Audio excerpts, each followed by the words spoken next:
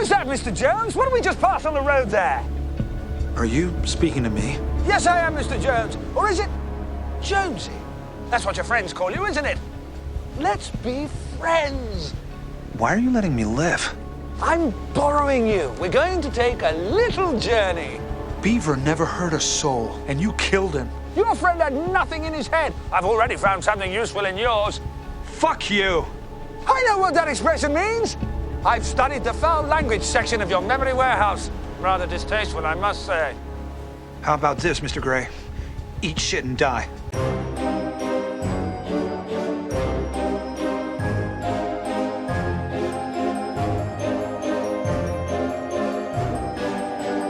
Hello and welcome to What Makes It Scary, a seasonal podcast unleashing the fear behind your favorite and not so favorite horror movies.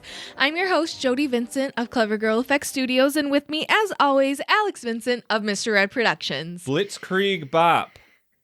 What? I don't believe we ever said the name of the Ramones song that they keep referencing in Pet Sematary. Oh, no, I don't think we did. I don't think we ever said the name of the song. It's not called Hey Ho, No, Let's Go. It's called Blitzkrieg Bop.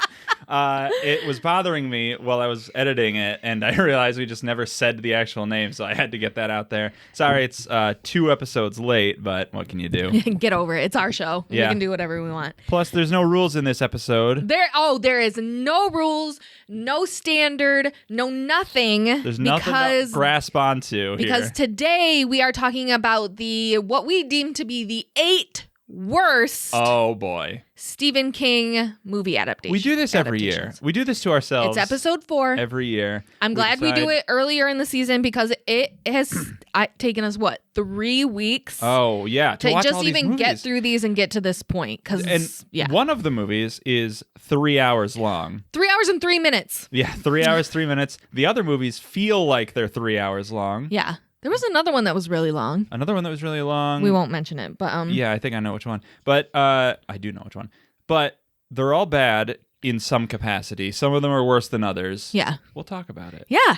This year, so we do this every year. We have decided, because this is a Stephen King focused season, the season of Stephen King. The season of Stephen King. All of the movies that we're going to talk about today are Stephen King movies that are bad or based on Stephen King works. Now, the thing about Stephen King is, I think he's known for having pretty bad movies. He's known for having at good this movies point, as well. I would say that he does have more bad movies than showstoppers. Sure. I think just in the sheer number, statistically speaking. Yeah, I can't believe there's so many. There's so many Stephen King movies. Not all of them can be bangers. Right. Some of them are, what's the opposite of a banger? A slimer? A slapper. Well, whatever the opposite of a let us know. Whatever the opposite of a bangor is, it's these movies. So we're gonna focus just on Stephen King movies, and yeah, I'm excited. I think we're gonna agree about most things. I think so, but there could be some wild cards in here today. There could be. Let's just run through the list of the movies that we're gonna talk about. You want to do that? I would love to. How we got these movies.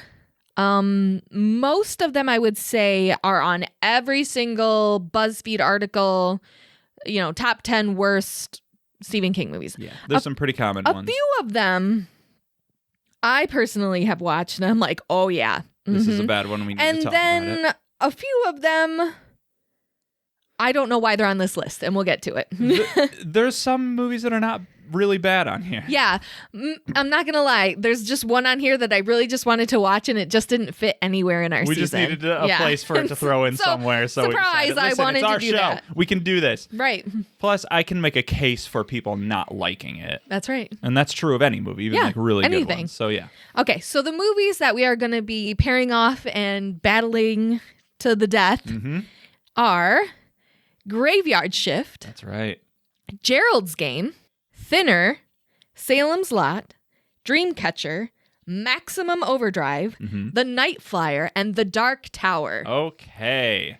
I'm sure all of you at home are already like, yep, I know which one's the worst, but up in arms. We'll talk about I'm sure it. people are mad. Listen, we can do whatever we want here. This is our show. You literally can't stop You're us. listening to us. Yeah, you What's made that this say decision. about you? Well, looking at our numbers, they're not, but I understand Nah. the sentiment. Yeah, so that's an interesting list of movies. Now, again, some of them are not that bad. Some of them are very bad. Yeah. So I guess let's do we want to talk about how we ranked these? How we're pairing these against each other. So we decided to kind of do it March Madness style, where you kind of take the highest seed. Traditionally, if it's like a voting thing, that it's whoever has the most votes or most points, whoever's the most popular, whatever, and pitted that against the lowest seed, which typically is like the least amount of points. Right. In the context of worst movies, we decided to take that in the worst movie would be the one that's lowest rated. Lowest audience rated, not critic. Right, on Rotten Tomatoes. Because I don't give a fuck what critics think. Yep, we took it's the Rotten all Tomatoes about the score, audience. And we took the audience score, and we are going to that's how we sorted our list. So the very first one is our first number one seed, which is the worst movie by audience audiences. score. Graveyard Shift, and then that's followed by the lowest seed in this ranking, which would be Gerald's Game. So that's the best rating of these movies. So that's how we got this list, and that's what we're going to talk about. Right. So let's start with Graveyard Shift. Okay. I've always heard of this when we were in Maine on our SK tour. Mm-hmm. They took us by the building that they filmed some of this in, where they brought in all the rats. Yes, this is a rat movie. This is a rat movie, and there's so many rats. And they're cute rats. They're super cute. I am like, okay. When we first moved into our house, we had like a mouse situation for a little while. And I had never been like sicker of like nasty rats, mice, whatever. But like whenever I see them in movies and TVs, I'm like, they're so cute. Mm-hmm. When we had a mouse problem, we saw a mouse. It wasn't like we had an infestation. I'm just saying it like we had seen it, and then I didn't believe Alex. Right. And then, as is typical. Yeah, and then he saw it again, and I still didn't, and I was like, whatever. And then we finally caught it. It terrified me for a while. This movie sits at a 23% Rotten Tomatoes audience score. Rating. That seems high for me. No, that makes sense for this movie in my eyes, because it was out in 1990. Yes.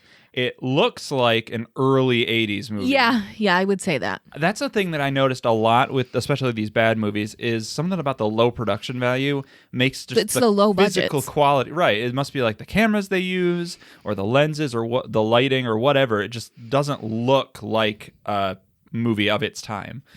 Like, this is the same year that Misery came out, our last movie we talked about. And that movie looks great. I mean, that was shot on film, and they've made, like, higher resolution versions of it. But this movie looks like shit. Yeah, it also just is shit. I don't know. Well, let's get into it. Yeah, so this movie was directed by Ralph S. Singleton. Now, Ralph S. Singleton is not a director. He is a production manager, most notably from Cagney and Lacey. Okay. So this to me reeks of they couldn't get anyone to direct this, so they threw Nobody a studio wanted man this. in. Yeah. Nobody wanted this. Let's have Ralphie do it. He's not doing anything these days. We'll just throw it at Ralphie, and he's like, yeah, right, that's fine. It's like, we'll whatever. Shoot the picture. Yeah. I'll do it. Like, it reeks of that to me. So yeah, you're so right. funny. It doesn't feel like there's any love put in this movie. Right. Which is a real shame, because there's some movies that are fun to watch.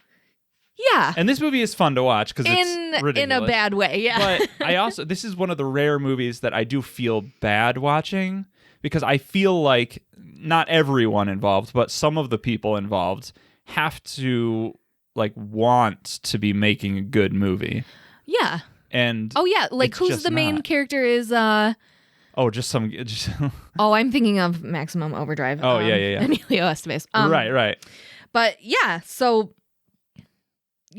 exactly. This movie feels like there's absolutely no love that's in it. The Graveyard Shift comes from there's like a whole mini it's a series of short stories stories that he wrote. I can't think of the full name of that. I think it's just called Graveyard Shift, and this is one of the stories in it, I believe. I don't think that's right, but it doesn't matter. So we're opening up on this factory in Maine. And they making yarn. That's right. That's about the most exciting thing in this movie that I found it started. And I was like, oh my God, they're making yarn. Yeah, very exciting. You hardly ever see that. Right. So that's cool. It's a giant mill. Yeah, and like it makes my eyes itch because like just think of all the things that are like in the floating air. in the air. Yeah. Yeah. Wow. Well, rat droppings. Yeah, and that too, but I meant like the fibers like from the yarn or whatever. Yeah. So we have this guy who's responsible for like cutting the bags open and getting the raw material, whether it be like wool or whatever it is, into the machine that starts feeding it upstairs, which then, the other workers put it on a spindle. Just do whatever, however you make yarn, that happens. Yeah, so he's doing that, but the problem with this place is that it is infested with rats. Tons of rats. And they don't give a shit. And I have heard stories from people who are like that, like they don't give a shit. Yeah, you just get used to it, I guess. We went camping once, and this wasn't rats, but it was late at night. It was a very isolated camping site with all of our friends. And these raccoons would just come up and like just take things right off your plate. Right. Would like get into your garbage, try and break into your camper, and no fear. You would even yell at them. I had to run towards the raccoons and yell the words, I'm threatening you before they would run away. And they didn't give a shit. No, they did not. These rats too, they're kind of just I think just interested in what's going on because the guy who's like, working is trying to talk to these rats as if they'll understand him. He's like, all right, class is in session. And they're just like... And he picks one of the rats up. I know. And he puts it in the mill and it dies. And it dyes the fabric red. Okay, all right. Yes, it's very sad. Yeah. And then he immediately gets killed by something. We don't know what it is. Yeah, who cares? The description is like... working at a mill and the place is infested, but they find something bad in the basement. Like that's the whole that's it. Yeah, and we shouldn't go through beat by beat for this movie because we have a lot of movies to talk about. But this place is owned by a guy, the owner, Mr. Warwick. Yeah. Now this guy. This is what made the movie for me. Absolutely. Yeah, his acting, whatever accent this is, I couldn't even tell you. My best guess is that this guy is some kind of like European, maybe he's British or something. Yeah. And he's trying his hardest to do a Maine accent. Like to do the Fred Gwynn. The Bahaba, yeah. Yeah, accent. And failing spectacularly because it is almost unintelligible the way this guy speaks. You're right. You can't figure out what he's saying. Or just like his like pausing between everything. Like, I'm sure you'll hear it at the beginning of this episode, but it's like you're definitely gonna hear it at the end. He's breaking up a fight and he's just like shows.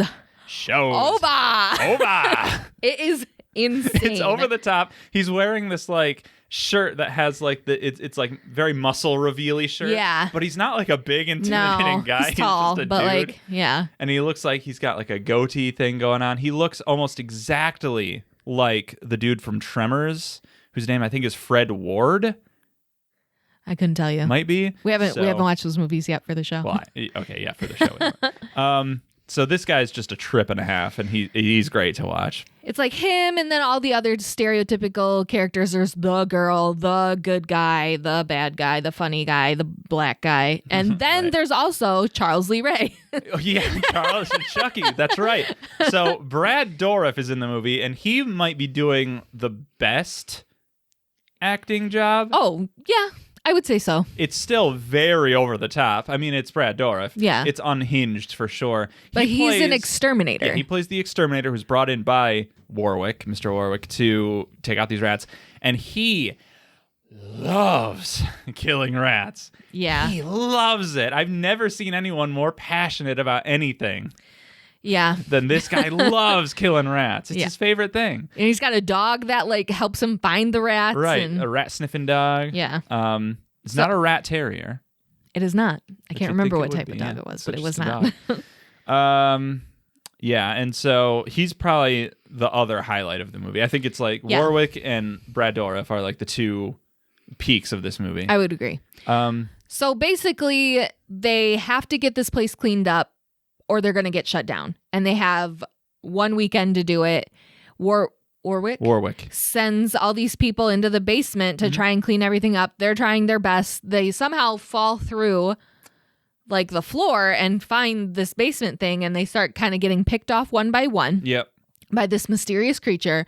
Warwick goes crazy and also is trying to kill everybody because he thinks everybody's against him, and he must know whatever's in the basement. Like, is that what we're presumed to think? I don't think he does. But like his secretary at one point, or that girl he's like having an affair with. Yeah, he's like sleeping with She's one like, of you his... better start telling the truth about blah, blah, blah. Is that just like the work conditions? I think so. I think because like it's a very shitty place to live.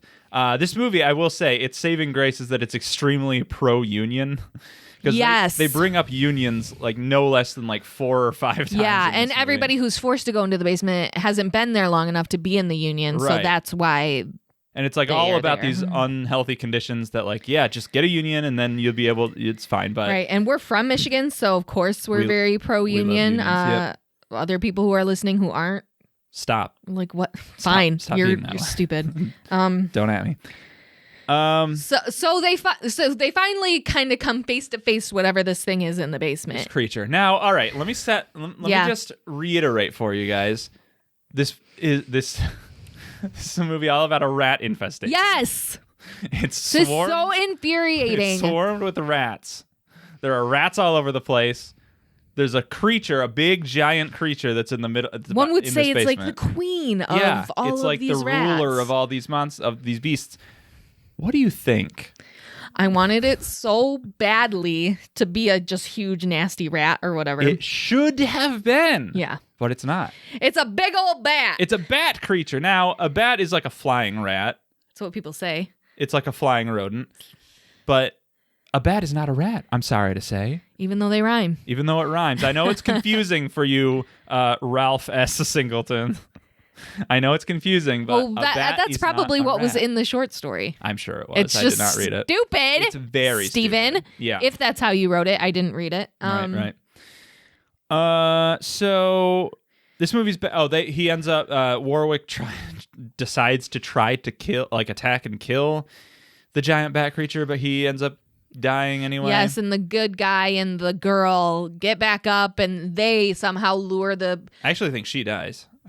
She does die. The girl dies for some reason. He like leaves her down there. Right. He gets back up there, somehow lures the creature into the beginning machine that killed the rat. Right. All that stuff. And it catches his tail. Now the problem is this thing is a giant creature. It's huge. It's heavy. Yeah, it probably could have just pulled its own tail off. Or it just it wouldn't have been pulled by this mill. I can't imagine this mill is very powerful. It's pulling like yarn. Right. Okay. No. Well, I call shenanigans. Anyway, this movie's bad.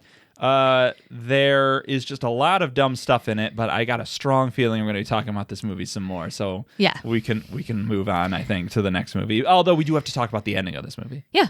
The very ending. Oh, yeah. The end credits. Yeah. It's... I don't even know how to describe it. You try. I take everything back that I said about this movie because the end credits save it. It is like a remix of lines from the movie. Of like famous lines. famous, quote unquote. Yeah. Mm-hmm. It starts with a quote from Warwick who says, "Show's over." And then it's like this bass heavy beat with just lines from the movie being sprinkled in. It's like a remix. I'm actually a huge fan of these types of things. Me like too. On YouTube, when people cut up, like, we're going to take clips of a movie and make it into like a song. And that's fun. And they do that in the movie in the 80s. Actually, the 90s. The 90s. The early 90s. The early 90s. So that's fun. And that's going to be our ending to this episode. So you'll hear it. Yeah. That Graveyard Shift is going up against Gerald's Game. Now, Gerald's Game is a very different movie. Yes. This came out in 2017, so already like 30 years difference. That's right. Now we have to talk about this movie. The director of this movie is Mike Flanagan. Now, Mike Flanagan has made The Haunting of Hill House. That makes sense. He also will end up doing Dr. Sleep 2 years later. Another King adaptation, which we may or may not be talking about later in this show. We will be. The Haunting of Hill House is interesting because a lot of the actors from that show make appearances in this movie. and their roles are twisted around. So just something off the bat is the main character's name is Jessie, and she's played by Carla. We should have looked this up. I have it written down. I just don't know the pronunciation is the problem. Gugino, I want to say? Yeah, Gugino. The mom from Spy Kids. Spy Mom. She's great. I really like her a lot. She's really good in this, and she plays in Haunting of Hill House. She plays because that's all about a family, mother, father, and then 5 kids. Yeah. And she plays the mother character. You don't say. She doesn't play the father. I'm just saying that's her role in this. And in this movie, it's also kind of about a family. It's Jessie and her father and her mother. But Jessie in this is playing the kid. And the mother we see in flashbacks is Kate Siegel, who is Mike Flanagan's wife, by the way, the director's wife. And she plays Jessie's mom, has got it going on. And in Haunting of Hill House, she is the daughter of Carla Gugino. Are you gonna make a diagram for our poor people? And the dad, I'm already lost. The dad is also the dad in Haunting of Hill House, so he plays the same role. That's weird. There's such weird. a big age gap between these two. Yeah, or at least it feels that way, just because Greenwood. Yeah, Bruce Greenwood. Yeah, he Oh, you're talking about the dad from the flashback. Yes, you're not talking about. Okay, never mind. Sorry. Yeah. Bruce Greenwood, by the way, is in this. I love Bruce Greenwood. He's great. Most notably, I would say, his most famous role is in the first Star Trek movie from 2009. I say the first, obviously, I mean of the remakes, where he plays Captain Pike, the previous captain before Kirk. He's the one who hires him. The second Kirk. Because Chris Hemsworth. Oh, he plays Kirk's father. Is his name not Kirk? I guess technically, yeah, it has to be. Like, I fucking know how names work. Okay, stop bragging. Let's get into this story. It doesn't matter. Yeah, right. So they are, Carla and Bruce are a married couple. Right, Jessie and Bruce. Gerald. My God. Gerald's game. Yeah. Bruce's game. This is a 70% on this is a very highly rated movie. Yeah, it's very well deserved. I honestly just wanted to watch it. Yeah. But it was fabulous to watch. So we're going to talk about it. It's a really good movie. They're going on this getaway retreat to rekindle their love. Right. They're kind of having marital issues. Right. And so they're like, hey, you know what? The best fix is like a Band-Aid. We'll do this thing where we just go out and we kind of just get away, just go on vacation. And they do this. And Gerald has this idea to like spice things up and have this sexy little game going on, which less of a game, more of just he's going to put her in handcuffs and do like some bondage stuff. Not really. Right. It's not really that like the name of it being Gerald's game. It's kind of like makes you think he's planning something. Or well, he might have. Oh, he could have planned. We don't know. Thing. Yeah. But no, they're gonna do some bondage stuff. But she's not into that. Right. And that's the problem. Yeah, and he's trying to like do this forceful thing where he's like role playing how, and she's not about it. Yeah, she's like, I'm not comfortable with this. And also he's taking a Viagra, which is like a blood dilator, basal dilator. Yeah, and he gets a heart attack and dies. Has a heart attack. He doesn't get a heart attack. He receives one in the mail, and he's like, "What do I do with this?" Yes, he handcuffs her to the bed, like spread eagle style. Only her arm or her arms, not her legs. Thankfully, that would be a big mess. And then, things go sour. He then has like this heart attack and he rolls over and he dies on the floor. Mm-hmm. So she's stuck. Yeah. And she can't pull her arms out of it. Right. The handcuffs are too tight to get out. And they're real. He made sure of that because he was like, you could just, those flimsy ones break too easily. So these are the real deal. Right. So it's basically her kind of having a mental breakdown. She sees a hallucination of Bruce Springwood getting back up, Springwood, whatever, and also herself. So they're like having a fight, but it's all symbolic of stuff that she's going through in her head. Yeah, and we see flashbacks to her as a kid and this horrible thing that happens. Yeah, where she was basically like molested by her father. Yeah. And then was like manipulated, gaslighted into keeping it a secret. And it's a really well written sequence. Because, yes, it infuriated me. And I want to talk more about this just because I feel like we're not going to talk about this movie again after this. Yeah. He makes it her idea to not tell anyone about what happened. He's like, he's suggesting that they should. Right. We should tell her, even though it's going to be awful and she's going to be very upset and it'll our probably whole break lives, the family apart. will be our lives will awful. be ruined. And so he makes her come up with the idea of maybe we shouldn't tell anyone. And it's just so sickening to watch, but it's very well done. And so that's kind of the impetus of her character, kind of like being trapped, being locked up, chained to a bed, much like a Paul Sheldon. Yeah, that happened to her when she was 12, and like basically she's been shut down ever since. Yeah. And so this is like her mind is like breaking through these walls to like, survive. Right, yeah, and she her memories are represented, of course, in these characters that are talking to her, and they're helping her out, being like, hey, remember when he put the water up here? Yeah, and there's water there now, so she's like, oh, I can drink this water. Cool. I'll be alive for a little longer. Yeah. As they were entering the house, the door got left open and there was like this dog in the neighborhood that she was kind of like giving food to. So then the dog like wanders in and smells Gerald dead on the floor. Ground, yeah. And dogs do what dogs do. He's a good dog. He's just bad hungry. dog. No, he's hungry. He is not a Cujo, I'll say. No, but he does start to like eat Gerald's body. Right, which is awful. Yes. She's like stuck there watching this happen. Yeah. She throws a book at him, the book is Midnight Mass, which is a very confusing wrinkle in the discussion because that's a movie that Mike Flanagan later wrote and directed. Midnight Mass. It was just like a little... Yeah, and it's also written by a character that Kate Siegel plays in another movie that he wrote. So it's a convoluted web. Mike, you're making my head hurt. Don't do this. Yeah. Reach out. Get new people. Right. These people are great, but...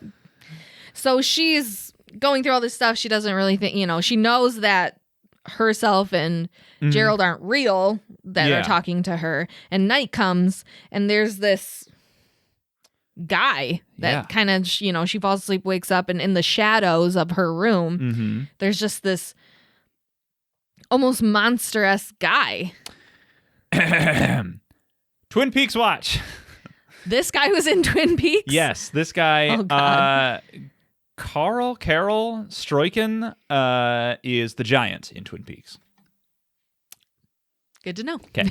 So he's the Moonlight Man, which Gerald, the hallucination Gerald, refers to him and poses it as a representation of like her fears of death, which is like, right, and that everything's worse at night. Yeah, everything's scary. Yeah, it's like very childhood fears, which again, Stephen King, very good at like this basic thing everyone has like feared or thought of. Yeah, and it just gets that. ingrained inside you. And this guy, this elongated arms, bigger hands, bigger face, like person, has like a chest or a bag or something that he like shows to her, and it has all this jewelry, and it also has a couple of bones in there. It's just like really weird. So I guess I could see why she would be like, oh yeah, this isn't real. This can't be real. This is too wacky. Yeah.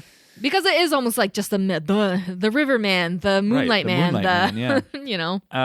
and she's worried that if she can't make it out, the Moonlight Man will come and take her soul or whatever. He's like the Grim Reaper or whatever. So it's all about her trying to escape and all this stuff. She ends up like the big ending of this movie, probably the most famous scene. She breaks the glass that she had the water in. Yeah. Somehow like sticks it up into this shelf, cuts her arm enough to where it's bleeding a lot. And apparently like oil is as, blood is as slick as oil until it clots. I'll tell you what, it's not. Yeah. It's just not. Okay. Sure. I work with blood. It's not like that at all. You don't work with blood, I wouldn't say. Yes, I do. That's your number one thing. I see a lot of blood. Okay. All right. I see way more blood than you do. You sure do. And I just don't think that would be enough to lubricate her hand enough to pull it out. I think it gives her almost like an adrenaline rush. Oh, sure, yeah. Which then she can pull her hand and basically deglove it. Yeah, and it's awful to watch. It's very good effects. You know, very, very convincing. Like you see the tendons in her hands. And yeah, she basically almost fillets her hand skin off. I don't get disturbed or grossed out by movies, but this was hard to watch for me. It was. She gets out. There's a bunch of nonsense where she has to like escape. She gets into the car. She almost crashes it. Before she leaves the house. So she's like on her way to the car. Mm-hmm. The Moonlight Man's at the end of the hall. And she's like, okay, all he wants is like some shit. Yeah. So she takes off her wedding ring and she's like, there that's you go. huge, and puts it in the bag. Yeah, and then leaves. Yeah, and leaves. And he lets her go. Yep. I love to imagine this guy just standing there being like, oh, I'm going to come kill this girl. And then he like, she just walks up to him in a daze. Well, she keeps saying like, you're not real, the Moonlight Man, you know, all just made of moonlight. Yeah, whatever. So then she leaves, gets in the car, passes out, crashes, but in front of a house. So she's saved. And then it cuts to like later. She's healing. She's mentally healing. And physically healing, yeah. And she's writing a letter to herself, kind of wrapping things up, explaining everything. And then she explains that there's an actual guy. Yeah, she sees in the newspaper that there's this crypt keeper that has been robbing graves and taking jewelry and is now kind of like moved on to assaulting people. Live victims and rape and all this other. And it was a real person. She sees a picture and it's like, oh, that's the Moonlight Man. Right. And apparently this was supposed to be like a big shock. I kind of had it ruined for me. Yeah, this was spoiled for you. So. This freaked me out when I watched it. Yeah, I could honestly see because I was like, yeah, she's having all these hallucinations. Who cares? That's fine. And then at the end, like, oh no, there was an actual dude there. Wow, that's very scary. Yeah. But she kind of reclaims it. It's like, oh, you're so much smaller than I remember. General Grievous. You're shorter than I expected. That's honestly what the scene. She goes to, he's having his court date, which I wish they would have done this a little better. He doesn't have traditional handcuffs on. Yeah, he's got like the full body Yeah, chains. he's got, they almost look plastic, like just zip ties. Yeah. And he like breaks them and people like, oh my God. And like I wish it would have been real handcuffs because he does have some type of anomaly to his body. Yeah. That makes him bigger, stronger, yeah, you know, elongated and all that type of stuff. So I wish he would have had like real handcuffs to like break them right before like that. Right. Stupid scene of you look really small and then she just like turns around and walks away. You didn't like that scene. No, the ending is kind of bleh. Right. And then she walks away. There's a whole thing about an eclipse. It's very symbolic and the eclipse is finally going away. Yeah. Very symbolic movie. Now, this is a good movie overall. I think there could be a case made for people not liking it. If you're like, I'm going to interrupt you for 1 second. It was definitely not the movie I thought it was going to be. Yeah. I went into this or a bad way. I was a little disappointed. Still a great movie. Oh, tell me what you told me what you thought was going to happen. All I had ever heard of Gerald's Game is that at the, husband and wife go to a cabin. Yep. He handcuffs her to the bed and then he dies. And then I knew that somebody came in because I saw a picture of the Moonlight Man licking this girl's feet. Oh, okay. And so I thought it was going to be that type of movie where it was literally like torture. Right. She's now Stockholmed and like has to, whatever. Sure, right. That's the movie I thought I was going to get into. Yeah, no, not at all. Nope. So I was a little disappointed. Yep. But I could see so most people are just stupid. They go and they see like these big Marvel explosion movies. They're like, good, boom, explosion, dumb, good. I don't think there's anything wrong with Marvel movies, but I'm saying there are people who only watch those types of movies. Yeah. And if they were to see this, they'd be like, well, she's just stuck in a bed. It's so boring. I didn't get it. Whatever. And there's people talking to her, but they were dead. I didn't get it.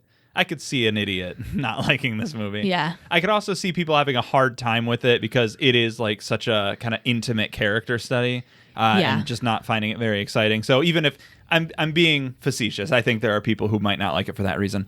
Also, very uncomfortable movie to watch, especially when you get into like the flashback scene and everything like that. Right. I totally get. It's very trigger. It can be very triggering to a lot of people. If you're a person who's like had experiences with this kind of thing, it can be very hard to sit through a movie where that's used like this. And so I understand if there are people who have a hard time with it, but I think it's very good. I think it's very well made. I love Mike Flanagan.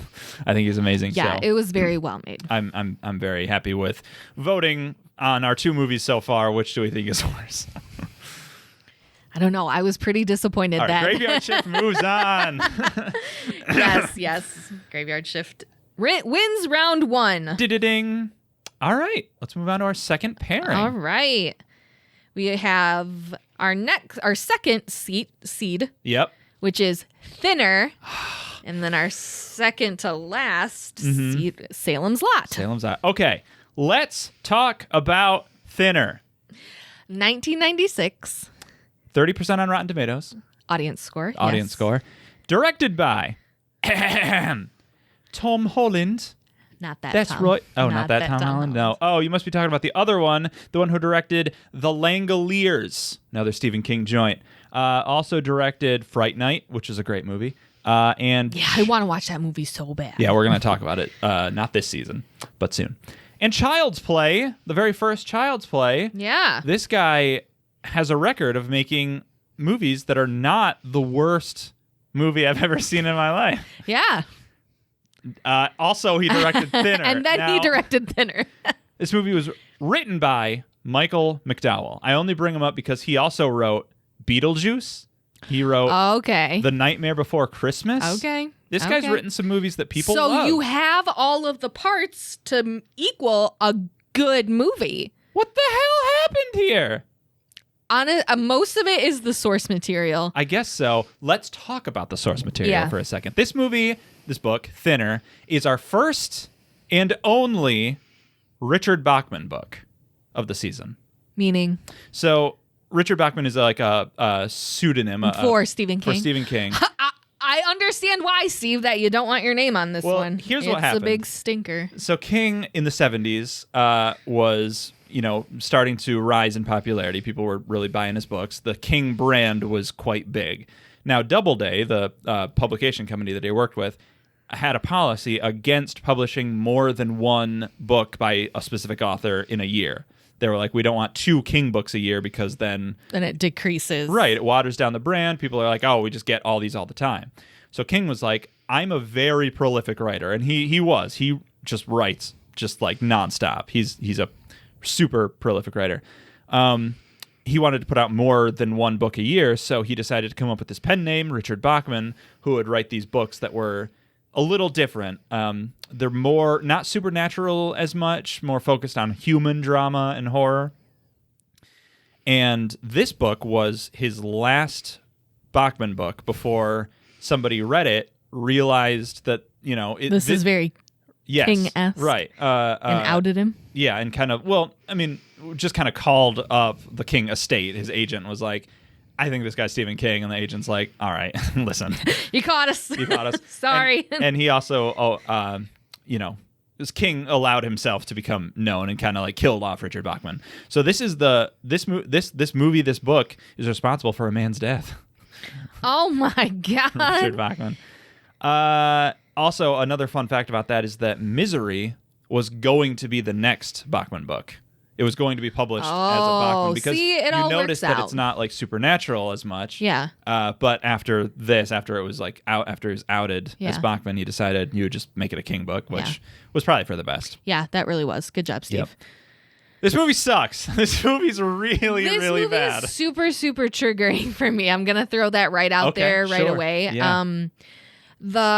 And I get it. This was 1990. This was the 96. This was not a good time. 90s is what I'm saying. Right. Body image was not great. You had to be. This was starting into the thin, sickly. Mm-hmm. Is beauty. And that's it. Anything Right. else is beyond disgusting. Yep. And so it just, I remember it so well. Yeah. And it sucks. And the mentality of these characters are awful. Absolutely. So, yeah, this is a movie about an overweight lawyer. Billy. Billy. Yeah. And he is he's not a good guy. In fact, he sucks. Yeah, he's a crappy guy. He's a crappy guy, and he's wearing a crappy the fat suit. worst fat suit. It looks awful. I get it because like I've never really seen like a fat suit that I'm like, oh yeah, I'm really convinced that looks really that good looks because it never moves. Right. It doesn't move like a real person does. Like when a person who has more cushion to them, sure. like when they walk, like everything moves. Yeah. That's and true. so when you have just like this like foam and it's all just thing, static and on it his just face. like looks also, like you're like a toy walking. Right. It, like his face occupies like 10% of the head. His face is not as big as it needs to be. Right. It just looks like here's his face and then just is everything else. It looks so bad. And the whole thing about this movie is that he's cursed by So a gang of gypsies. A gang you of can say gypsies. it. Yes. No, this is obviously an offensive term. Yes. The movie throws it out. It uses the term "the old gyp," which is just awful. This movie is so offensive in every way. Yes. And they're the bad guys, by the way. It's not even like a moral lesson about how bad Billy is as a person. No, he doesn't change at all. It's the gypsies that are bad. Yes. Curses him to become thinner. He says thinner, and he brushes his cheek. And so every day he loses more and more weight. He goes through this journey where he's losing weight. He's wearing different bodysuits that all look terrible. Crap. Yeah. Like even the like loose skin suit just looks awful. Nothing about this movie is good. Yeah. And then they eventually try to make him look like really sunken in. And it's just, you can't. Like, at one point, he's showing off like how thin he is. He lifts his shirt. You can see his stomach. He's just sucking his breath in. He's literally just like, no, I'm sure that's like a body that they built to like look really thin. But it looks awful. But anyway, so that's this movie. It sucks. The impetus of this movie is that there's this band of like Romanian magicians in town, and two of them are in a drugstore one day and getting their drugs from Stephen King. Yeah, Stephen King's in this movie. I don't think you want to do that. Probably not a good idea. And the woman of them walks out, runs into the street for some reason. She shoplifts, and so she's running. Oh, right. She's running. And gets hit by Billy, who's in the car with his wife. Yes, who's beautiful, by the way. She is not. His beautiful wife. Shut up. Do you really think that? Yes, of course. She's good looking. She's pretty. What's your problem? I don't like her. Okay, great.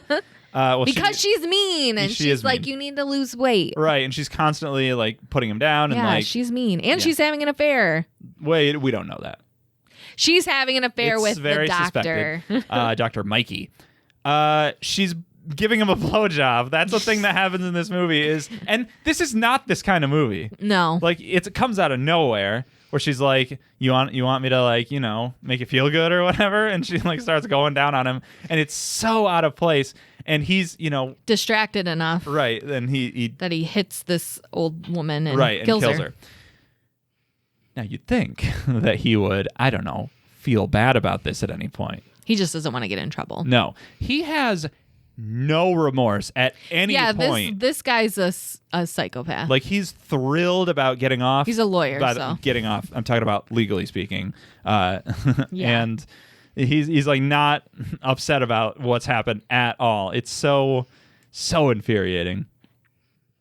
I agree. Anyway, because he killed, and it ends up being this guy's daughter because he's like 120 years old. Yeah, just super, super old. So he goes to their camp and is, the only way to get the curse taken off of you is by the person who put it on you. Yeah. And goes through all this stuff. A couple of other people that, the judge and the cop, they've been infected too, but they have different things. Like one's turning into a lizard and the other one's has terrible acne. I guess so. I guess that's what it was. Bulbous. Yeah. We later see the guy who's turning into a lizard. That's he does crazy. Not look like he's turning into a lizard. He just looks like an ash man. Yeah, he looks like he's burned and ashened or whatever. And yeah, so the whole thing about this movie, he wants to get back to this guy and either convince him to lift the curse or kill him or whatever. This movie is completely solved by violence. Yeah, that's what's bad about it too. Yeah, that's awful because he like hires this hitman that he works with, this Italian mafia guy, which again, that's kind of offensive too. That he like helped one of his clients, who like goes on a shooting spree, kills one of the Romanians, and the old one, the guy who cursed him, decides like, all right, I'm tired of all this, violence. I'm gonna help you lift the curse or whatever. Right. So he has this pie. Yeah, this is disgusting. And the Billy had like gotten shot by a slingshot in the hand, all the way through the hand, like you can see through it. Yeah, it's gross. And he's like, here, bleed into this pie. Okay. Fine. Yeah, I'll do that. And all you got to do is get some soul to eat this pie. Yeah. And that's it. So he decides, of course, I'm going to go after Dr. Mikey, the guy who I think is sleeping with my wife. I'm going to go after my wife. Oh, that doesn't seem right to me, but whatever.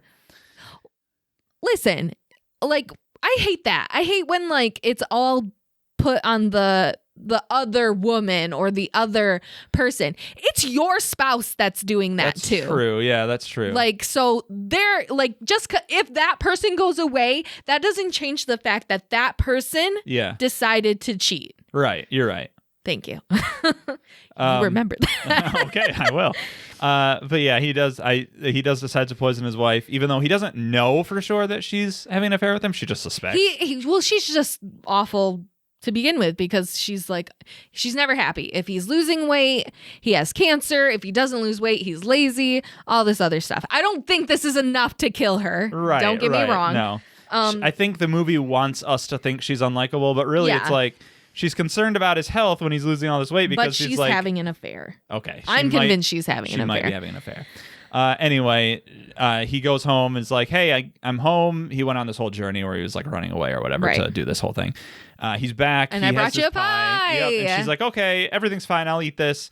It's so, like, characters don't behave so like weird. Because he's like, I'm home after this long trip or whatever.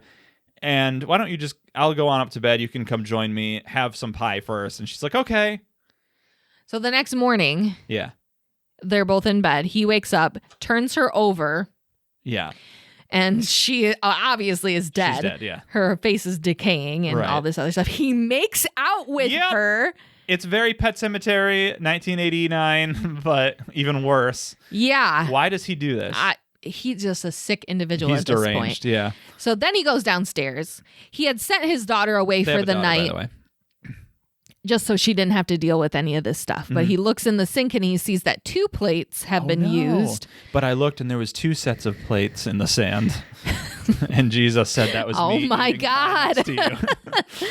The daughter comes in. She's like, Dad, that pie was so good. Oh no. And then he's like, well, shoot, my daughter's going to die. Like, what's there to live for? He's about to take a bite of the pie to end it for himself. I kind of like that. That's like at least a little interesting. Like, what if he eats the pie? Knock, knock, knock at the door. It's Dr. Mikey. Oh God, this guy. And he invites him in for a slice of pie as well. And that's all we get. The movie. You would now. By the way, Dr. Mikey, you would think that you'd want somebody if you want to present somebody as like, oh, this guy's sleeping with my wife. You'd want this guy to be like super hot. Like, you'd want him to be like a Pierce Brosnan in Mrs. Doubtfire kind of thing. Are you saying he's not attractive? No. He's not attractive. He's fine. He's just like a normal looking dude. He's like not this. Yeah, I mean. You'd sleep with him? Is that what you're saying? No! All right. I'm just saying. I would have liked for him to at least be more charismatic or charming or like something about this guy. Yeah, they don't give him much in this that you movie. make him think, why would he be suspicious of him or whatever? Listen, you like the wife. She's good looking. Well, the doctor's not bad looking. Whatever. He's just nothing. So the other thing we have to talk about is this movie is this actor who plays Billy. Yeah. Because start to finish, he has this smile on his face. Oh, it's like everything I say is a sexual joke. Right. Smile. Everything's like, oh, you know what I mean? I've been losing a lot of weight, if you know what I mean. Yeah. I've been cursed, if you know what I mean. Yeah, but it's not. Like, he's not making those jokes, but that's what his face is saying. Like, honey, did you go to the grocery store today, if you know what I mean? Every single line is like that, and it's so weird. And this movie is so frustrating to watch. I loved it. Yeah. I loved it. Yeah. In the worst ways. So that's Thinner, and that's pitted up against Salem's Lot. Now, everything about that we said about Thinner, the opposite can be said about Salem's Lot. Oh, yeah, I would say that. In that we loved it because it was awful and everything. Salem's Lot is boring. Oh, this is the 3-hour, 3-minute movie. This is the 3 hour. Now, this is technically a TV miniseries. This is from 1979. Now, I don't have the 64%. 64 audience score. This is our number. Second to last. Second to last seed, yeah. 7. Directed by a Mr. Toby Hooper. Now, Toby Hooper, known for Texas Chainsaw, number 1 and 2. Oh, as well as Poltergeist, which is a little later. So these are some pretty wild movies, like some pretty big, exciting, fun movies. Yeah. Salem's Lot is it's a slow burn. Slow, very mellow kind of thing. It's all about this town that a vampire shows up in and starts converting people into vampires, killing people. And it's this guy, Ben Mears. He's not a doctor. I was going to say Dr. Ben Mears. He's a doctor. He's a doctor. No, he's a writer. And he's played by David Soul, who is the Hutch of Starsky and Hutch, which is fun. And he meets Bonnie Bedelia, who is Mrs. Die Hard from the movie Die Hard. You were so quick to tell me that, too. You had to know because I knew you weren't going to care. But no, I didn't. The less you care about something, the more I have to tell you about it. Yes, absolutely. Let me tell you how much I don't care about this movie. Yeah. I couldn't even make it through it. we tried, I think, 3 times to watch this movie. I couldn't do it. And you were just like, I don't care. An hour and a half in, so I got like halfway through. Yeah, sure. And I know the beginning is setting everything up and the second half's probably better, but I couldn't bring myself to do it. Yeah, no, and you're not missing much. Here's the thing. The book is the same way. I read the book recently. I've read it before, but I reread it for this. And it was something I noticed was frustrating about it is like very little happens. And I don't mean in the Stephen King way of like it just takes a long time to get to the point or whatever. No, nothing happens. Right. Like by the time they get to the end where they're like, there's vampires, and like the reason you know there's vampires is because one person turned into a vampire and you killed him. Like so little actual events take place. I know, it's literally like this house is evil, it attracts evil. This one guy's living there and he's like collecting vampires. Yeah. That's it. And there's like a bunch of characters and they all have their own thing going on. There's the scene where like another affair is happening in this movie. Oh yeah. Yeah. And the guy finds out about it and takes a shotgun to Fred Willard. Oh, yeah. Not Fred Ward from Tremors and not Warwick from Graveyard Shift, but Fred Willard, character actor. We usually see him as an older gentleman. Yes. Nowadays. I think he's had a comeuppance and I feel like he's in a lot of Adam Sandler movies. Is that right? Where do we see him most? I want to say he plays the dad in Daddy's Home. Oh, okay. I think he plays Will Ferrell's dad. He might, so that makes sense. Mm-hmm. Yeah. But he's the realtor in this movie who ends up getting got by the vampires. So it's all about this guy, and the main vampire is styled after Nosferatu. Looks it looks awesome. Yeah, that's what makes you like want to watch this movie. Mm-hmm. But he's hardly in it. He's in like 2 scenes. Yeah. Most of it is his lackey, his Renfield kind of character, Straker, who is a human who has gotten. Just kind of who's also there and is doing stuff. Yeah. It's fine. A dog dies. That sucks. Yeah. But it's really a very sucks. boring movie. It's a very dated movie. It's very old looking. And we were watching it at like 1.5 speed. Yeah, we were watching it at double speed. Because it just takes so fucking long to get anywhere. Right. I made some notes about the ending of the movie because I think that's where a lot of the wacky stuff happens. There is one scene in the book where a character goes down a set of stairs and the stairs break and they fall and die on like a bunch of spikes. And in this movie, that character dies separate from that event. But then the kid, Mark, who's one of the main characters, goes running down the stairs, which you haven't seen in the movie. But if you've read the book, you know. And he goes falling down the stairs, but there's no spikes there, so he just lands there. So it does have a moment, kind of like in Pet Sematary, the remake, where you're like, oh, I know what's going to happen. Oh, no. And then it just never pays off. But he's fine, so that's a little... That's annoying. The main issue I have with this movie is, first of all, there's only really 2 female characters to speak of. There's the one having an affair, and then there's Susan, Bonnie Bedelia. Right. And she is the love interest of Ben, and she is killed off screen. And the character, Ben, never realizes this until the end of the movie where the scene where he kills Barlow and stakes him through the heart. And just says the word Susan, and that's him like realizing, I guess, that she's dead. Oh. And then, so that would be annoying. I would be like, okay, whatever. There is one scene that's tacked onto this that's not in the book, and it's where she comes back and she's a vampire and she's like trying to kill him, and he has to kill her. And I do think that's at least okay. That's interesting. That's interesting. Least. That's a redemption for the character who just kind of. I don't even think she had a death scene as a vampire in the book. I think she's just a vampire, and then it ends. So very frustrating story, but pitted against Thinner. This is the old. Boring versus boring wacky. versus crazy, zany, and I would rather. I mean, I would give it to Salem's Lot that it is a classic. Yeah, it's pretty well liked, even if it's like a cult. Yeah, so I would say that's fine. I just happen to find it really boring. Yes, and I enjoyed it in terms of like I was into it. I was interested in the mystery and everything. I thought the performances were good. Yeah. But yeah, it was pretty dry, and even I had a hard time being like, all right, let's get to the point here, people. But Thinner is unexcusable in like every sense of the word. And offensive. Like I think that's the big thing is that it's offensive to one at least. Yeah. Yeah, to many people. Oh. Okay. We have to move Thinner on because there's more I want to talk about, and I don't want to dwell on it. Thinner wins Thinner round wins. 2. All right. Let's move on to our next series of movies. We have Dreamcatcher going up against Maximum Overdrive. Now this is going to be interesting. I'm gonna say right off the bat, this is going to be very, very tough for me. I agree. Because let's get into it. Okay. Oh my God. Okay, so we're going to start with Dreamcatcher. Dreamcatcher. All right. So we watched this movie. This movie came out in 2003. This is our, nope, not newest movie. I was going to say it was. Just because it feels like it is. It's not. It's right in the middle. Mm-hmm. You had seen this movie before. Oh yeah, I've seen this at least. This would have been like my third time watching this movie. It has a 35% rating, and I think that's a little low. Okay. For the type of people who would watch this movie. Okay, yeah. For the audience score, you'd think it would be higher because and for the people who are in this movie. Yes. Okay, but before we talk about the on-screen people, we have to talk about the director of this movie. Okay. This movie was directed. Oh yeah.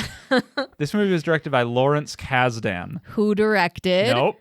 He has not directed anything else. This is his only, I believe, this is his only directing credit. He's a writer predominantly. First and foremost, he's a writer for the best Star Wars movie. Now, I say that as a blanket statement because I think that can apply to anyone. Because he wrote The Empire Strikes Back, which many people would say is the best. He also wrote Return of the Jedi. There's people who say that's better than Empire, so fine. He also wrote The Force Awakens, which if you like the newer movies... it's pretty much in every sense of the word. He's wrote the best of a Star Wars movie. Whatever you consider. I thought you were being facetious and was going to tell me that you wrote Phantom Menace. No. Those movies were only written by George Lucas, and it shows. Anyway, what the hell are you doing here, Larry? You're a good writer. Stick to what you know. What are you doing here? This is so weird. This movie. We got done watching it, and I said, I want to do this. Yeah, we should have done an episode because I could talk. And I forgot hours how about much there is to unpack in this movie. It's a lot. I just remember it being so strange. And it is. It really is. But scary at the same time. When I was younger and like way, way, way scared of everything. Sure. I'm still scared of stuff today. But so let's talk about the cast. We have Morgan Freeman. Yes, Morgan Freeman. An extremely bushy eyebrowed Morgan Freeman in this movie. We have Timothy Olyphant. Yep. We've talked about him before. Scream 2. Yes. He was Jerry O'Connell's friend. No, he was Jamie's friend. Oh, he was Jamie's friend. The media. Yeah. Everyone's a suspect. Mm-hmm. I love Timothy Olyphant. He's fun. He is fun. We also have... Go ahead. Sorry, I wasn't going to... We also have Jason Lee. Yes. Is in this movie. Who he's my Thinner the wife. He's the best looking one in this movie. Yeah, I would agree with that. He looks very, very similar and sounds very, very similar to Ryan Reynolds. And I was surprised that no one's ever talked about this before because I almost thought it was him for a while. And I knew that he wasn't in the movie, but I thought, Ryan Reynolds isn't it? Oh, no, that's Jason Lee. Yeah, I guess I never thought about that. If you look at him straight on, his nose is rather strange. It's bulb, very... like you can really see the cartilage bumps and everything in it. So that's where he differs from Ryan. Sure, but other than that, not at all. He's not sporting his trademark mustache, so that's why he's harder to recognize. Yes. And we also have not Aaron Eckhart. Yes. We've talked about Deep Blue Sea. Yes. Before. So we have Diet Aaron Eckhart. Right. Thomas Jane. Now, those are some pretty big names. Thomas Jane, maybe less so, but Jason Lee and Timothy Olyphant, pretty big names. The fourth guy is Damian Lewis. Now, I thought I knew who this was. But I was too. I was thinking of somebody else. I thought it was Hunt from Grey's Anatomy for the longest time. It's not. Sure. Yeah, no. This guy's not really in a lot of other stuff. He was in Band of Brothers like 2 years before this, which is like a TV miniseries. And other than that, not a lot. And to be honest, he's the weakest link of this movie, which is unfortunate. It's the character, even though I know he, like, when he line reads some stuff, it's not perfect. Yeah. But, like, I don't know. It fits the character Jonesy that he like plays. Sure. We also have Donnie Wahlberg in this. We'll get to him. We'll talk about Donnie Wahlberg. So these four play childhood friends who are grown up now, and they have a psychic connection. They have The Shining. It's essentially The Shining. Yeah, they have it's The never Shine. Outright stated, but that's what Stephen it is. King does this a lot, where characters have the shine, and they're all a little bit different. Yep. One can like find anything. One can case everything in his mind and find it because it's in a database library. This is cool type of thing. And one, Thomas Jane. He can. I mean, he basically just like can read your mind. He could. Yeah, he can predict stuff. Kind of. I don't really know for sure, Yeah. but and then. Knock off Ryan Reynolds. Jason Lee. I don't really know what his thing is. Can't remember. He does what have his OCD. Is. But oh yeah, he has OCD, and then he can like almost like foreshadow things that are gonna happen. Right. His superpower is he has a toothpick in his mouth, which is his downfall. Right. So they go on this retreat every year, and before they do, one of them gets hit by a car for some reason. Because they saw their old friend from childhood across the street beckoning him forward. And he got hit by a car and survived. And we know that this friend also had psychic powers, and so it's like, why was he trying to... He's always helped us. Why was he trying to hurt you? There's a mystery there. They set up this thing where like they have the SSD written down. Same shit, different day. Which, to me, I think means solid state disk drive, but in this movie does not, because I'm a huge nerd. But yeah, they quickly reveal what this mystery means. So like, why set this up? Why have this be a thing? I'm sure it's more of a thing in the book. Maybe. But I mean, same shit, different day. And yeah, so that was annoying. So I made a comment that this movie really wants to be it. Very badly. I said it is I told you before it started, I said, yeah, this is kind of like a mix between it and Alien Covenant. Okay. And I was not wrong. No, you were not. I would say it's more of a mix of it and Independence Day. Yeah. So I can see that.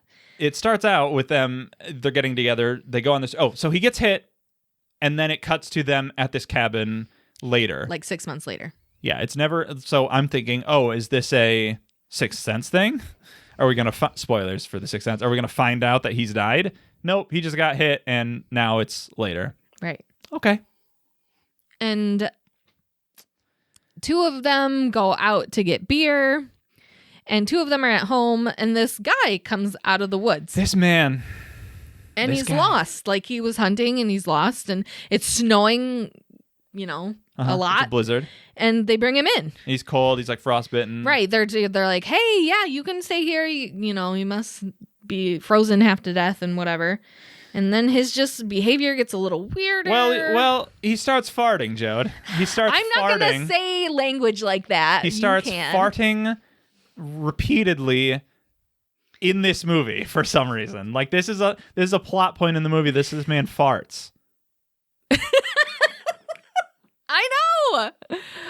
eventually he goes and lays down, and then He's like, I'm just feeling sick. Yeah, and then he gets up and goes to the bathroom, but He they goes look to at the bathroom. bed. Oh God! And it's really bloody, and so they follow him to the bathroom, and they're like knocking on the door, and they're like, "Are you okay?" And he's like, "I'm in the bathroom," and they're like, "No, we're breaking the door down." Despite he's like, "I'm using the bathroom. I would like some privacy." But there's blood please. everywhere, Yeah. like leading up to the bathroom. So obviously he's like hurt. And they break down the door, and the man shits out a space worm. We don't see him do that. Through his Presumably ass. he does that. This happens in the movie. It doesn't happen in the movie. It's awful. It happens, and then they open the door, and the guy's dead, falls over, and that thing, alien-like, is in the toilet. And Jason Lee sits on it, to keep it in there. and then his toothpicks go flying everywhere, and he has to grab at them. This is the most infuriating part.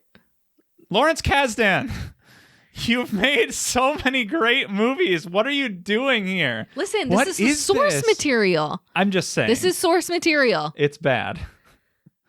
There was, like I said, there's just a lot to unpack in this movie. I Yeah. think it's two stories that should have Or been, at least been, two, yeah. been separated, and they Right. somehow just got pushed together. Yep. Turns out there's these aliens that have landed and they're starting to attack everything. This whole area in the woods gets quarantined, which triggered Very me triggering word immediately.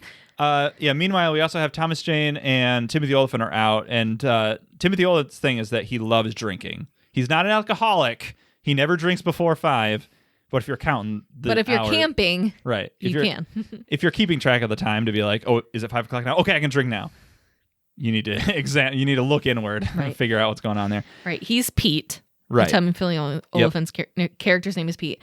Thomas Jane is Henry, Yep. They also meet a woman in the woods. who was presumably with this other guy. Yep. And same thing. They take her to like where she was camping out at, and Because they crashed their car yeah, and ridiculously. rolled it. Yep. Again, I'm very triggered. You were in a And- car crash. Yeah, and so Thomas Jane is like, I'm gonna walk back to the cabin that the other guys are staying at. You stay here. Don't go back to the car for booze. He immediately does. this. Comes back. The creature has been birthed from this woman, But secretly, because through her butt. she's like laying down. Yes. And where he is, he can't see that. And he's hammered and he's pissing. Now I'm gonna steal a joke from How Did This Get Made, which is a podcast about bad movies. If you're wondering if Timothy Olyphant pisses on a space worm in this movie, he does. Because that's a thing that happens in the movie. Like, you watch this happen. Timothy Olyphant pisses on an alien space worm Not on purpose. in the face. Not on purpose. He's just peeing. And where he lands, it happens to be where the worm is. And it almost bites his dick off. This was written in the script and then they shot it. And then they It's edited the it. source material. Just saying, it all comes together, Joe. They could edit out anything they want from the source material. Plus, we didn't read the book. I really tried to. I wanted to rent it No, it's so long. from the library, but it wasn't available. It's so long. Anyway, so So the aliens are releasing almost like this disease called Yeah. Ripley.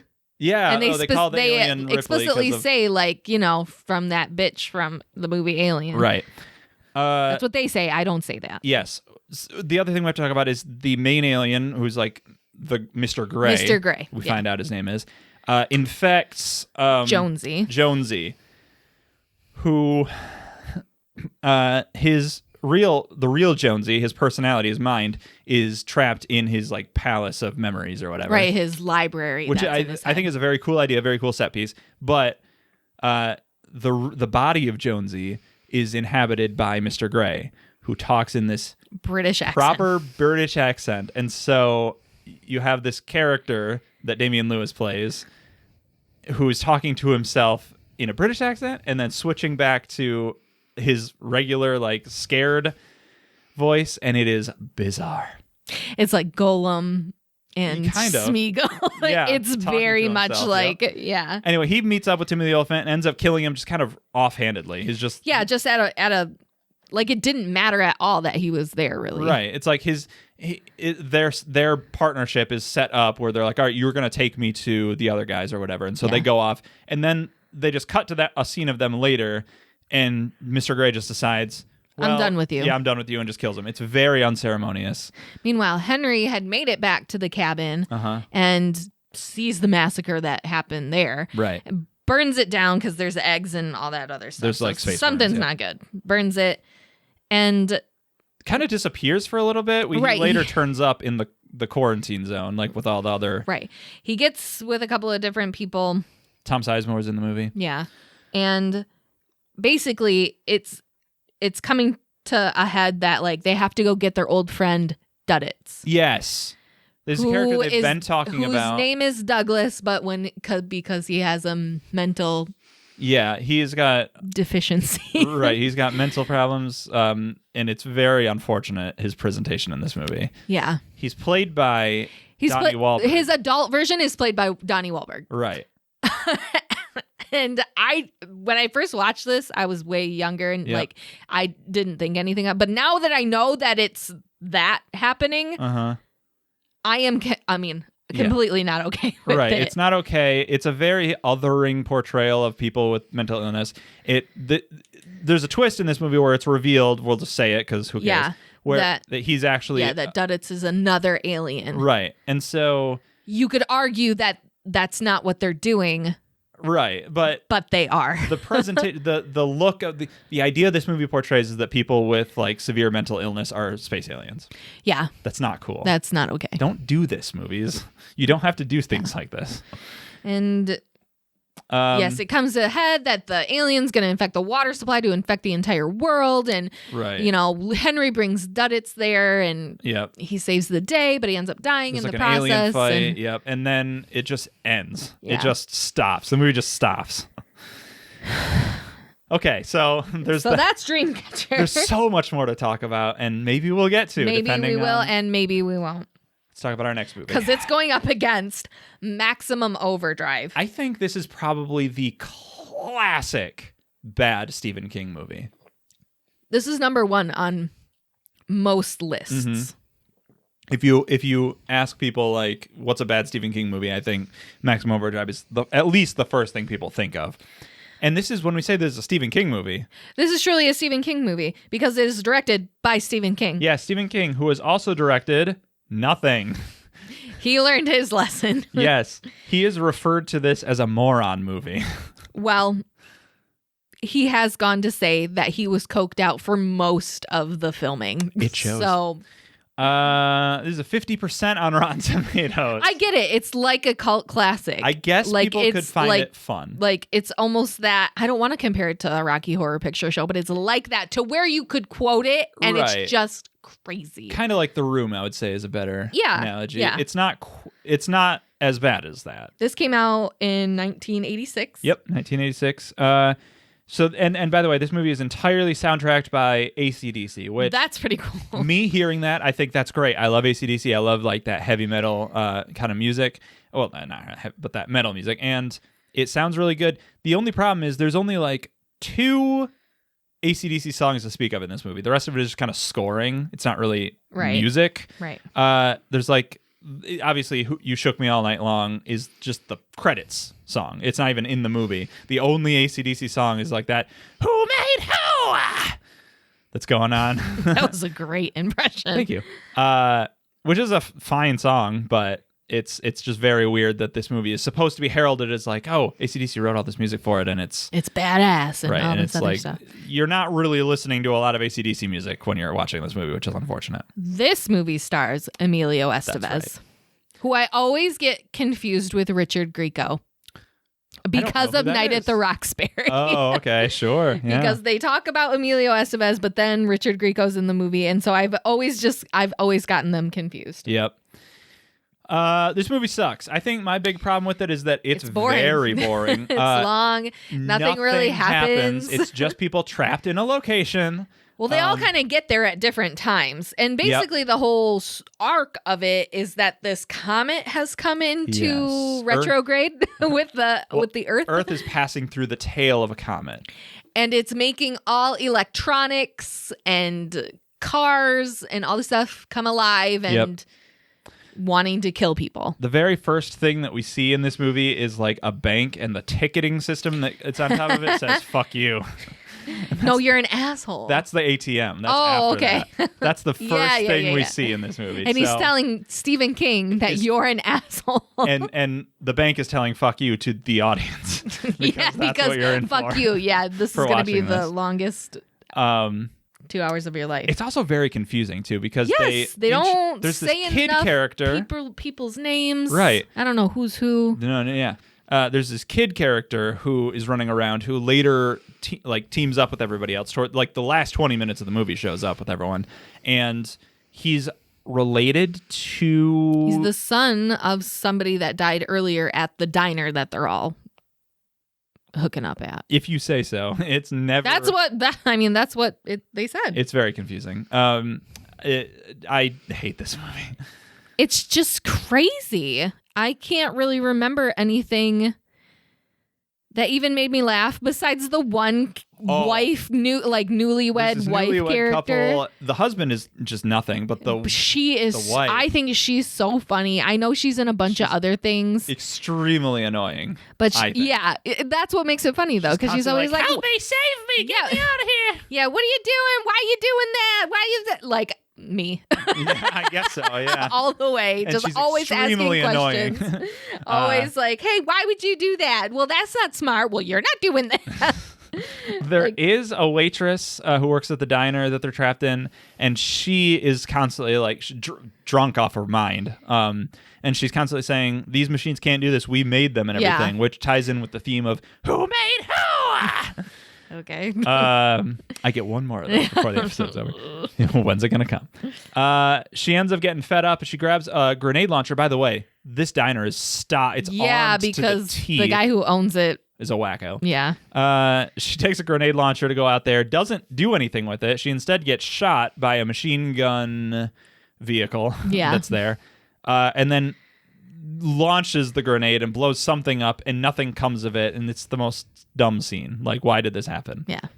This movie's bad. It just doesn't do anything. It just isn't very Stephen King like. Right. It doesn't make you fear motor vehicles. It doesn't make you fear anything. It's just, other than the art of movies being murdered in front of you. It just is like, it's just like nothing.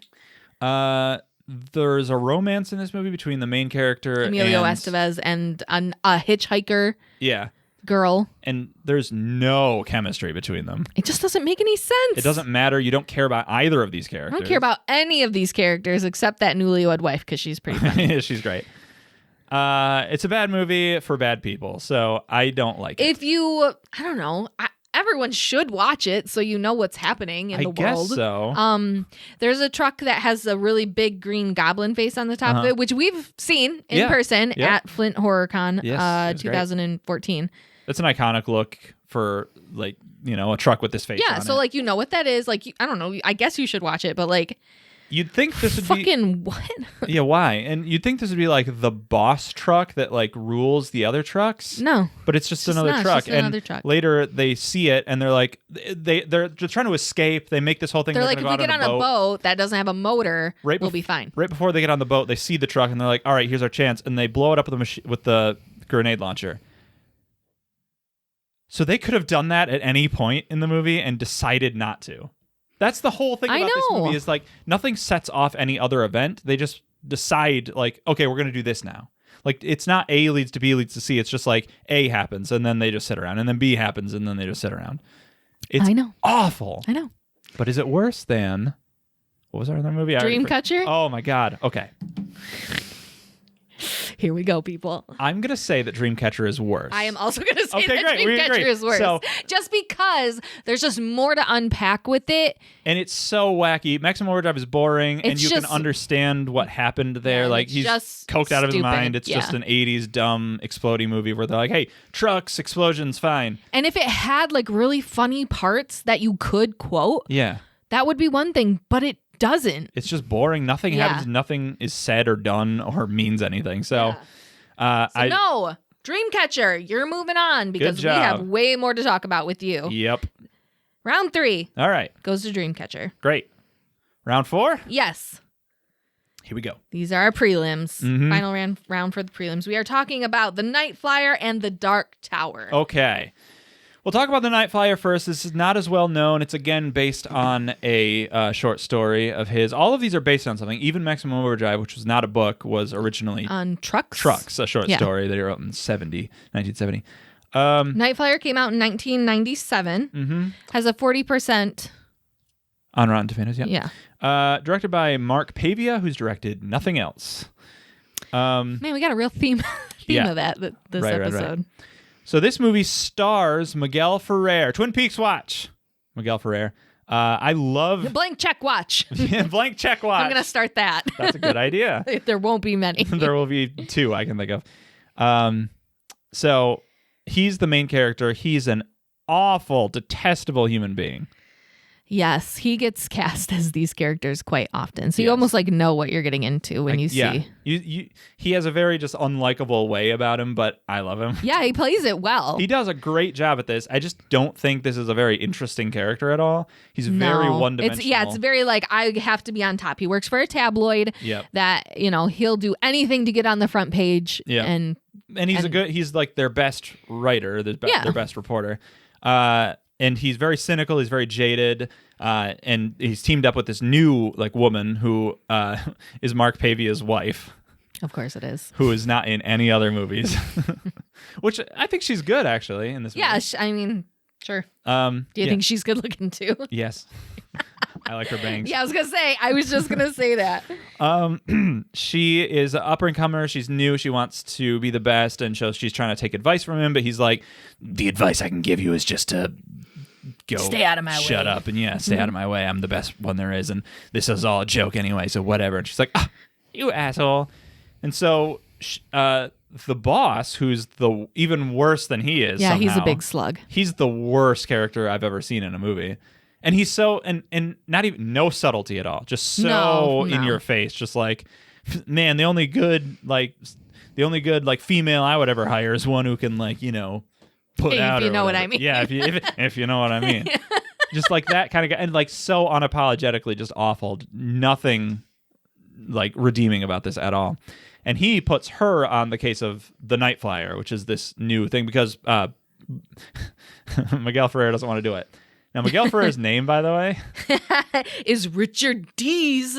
Richard D's nuts. I said that more than I could count. And it was always funny. The entire time. It was every time funny. So this movie has a serial killer that has his own plane, flies into airports, kills people, and then takes off again. Sure. Cool. This movie is very Mothman-esque. Yeah. It's very... It's a mystery. You're trying to figure out what's going on, but at no point are any clues given to you. Yeah. Really. You're not able to really solve anything. I guess there's some stuff there's dirt everywhere. There's a pile of dirt. Oh, yeah. A huge pile of dirt with maggots in it. We later find out that the Night Flier is a vampire. It's called Dwight. It has named himself Dwight Renfield, which is a direct correlation to the Dracula movie. Dwight season. Fry. Yep. Played the character Renfield. Yes, which is cool. Yeah. And they called out in the movie, which I hate that because it's I knew that, but you want people to do a little research. Don't just hand it to them. Make people feel smart. Don't shove it down their faces. Yeah. We find out he's a vampire, and I guess so. He's sleeping in his plane, and the dirt is his. Right. He has to sleep in the soil that he was buried in. Yes, but there's so much dirt every time he lands. It's you're running out, guy. I know. What are you doing? Why does your plane have holes in it? That's not good for a plane. Whatever. He basically is getting, Richard's getting closer and closer to the truth, and Dwight keeps leaving these messages stop now and turn back, right. You'll die and all, and it comes to a head at this airport. There's a massacre has taken place. It's really kind of cool. It turns black and white, and all of these bodies get up as vampires. Yeah, it's a very, very good homage to George Romero. Yes, Night of the Living Dead. George Romero, we'll talk about later in the season. And yeah, so he takes an axe and is going at him and hacking him all to bits. And then the police show up and find him with all these dead bodies covered in blood. He's like, okay, great. Right. They pin him as the Night Flier. And they shoot him and they kill him. Yep. And then, but before that, him and the actual Night Flier have a face-to-face. Yeah. And this thing's scary. The makeup is really good. It's very good. The gore is looks very, great. very good in this movie. Yeah. It's just this like elongated. It's got like one vampire giant teeth. tooth. Yeah. Yeah, it's very, very scary. Of course, if you Google it, it'll be You'll the see first it, thing yep. that pops up. Mhm. It's very scary. So like that part of it was at least entertaining. Yeah. And it for me, it does have a little bit of a nostalgia factor because it is just so very 90s and like, Yes. Are You Afraid of the Dark? It just kind of has that same It does. flavor to it. So I like it. My But I was very bored. Yeah, with this my movie. biggest problem is it's boring. A lot of movies are like this, especially this one. We kept pausing it and being like, we're only like 40 Yeah. minutes into this. I could Yeah. have swore we were getting towards the Yeah. end. And Miguel Ferrer is a good actor. He does this part well, but again, I think he's better served as like a side character. Yeah, the who bad is guy. the cynical one to a more interesting main character. Yeah. Like a bad guy. So I think that's a big failing on this movie, and so I just think that's where we're at with it. Yeah. Let's pin it up against The Dark Tower, 2017. Okay. The Dark Tower is a movie that is based on a series of books, the Dark Tower series, which is kind of like takes place in its own universe with all this interconnected stuff to references to other King works and everything like that. Right. This movie kind of adapts the first book, but also is just kind of as a whole, the whole story and everything. Yeah. This has a 44%. Yeah. I think this is too high. Okay. Just throwing that out there. I think it's a little low. Not because I think it's good, because I just don't think there's anything too like really bad in this movie.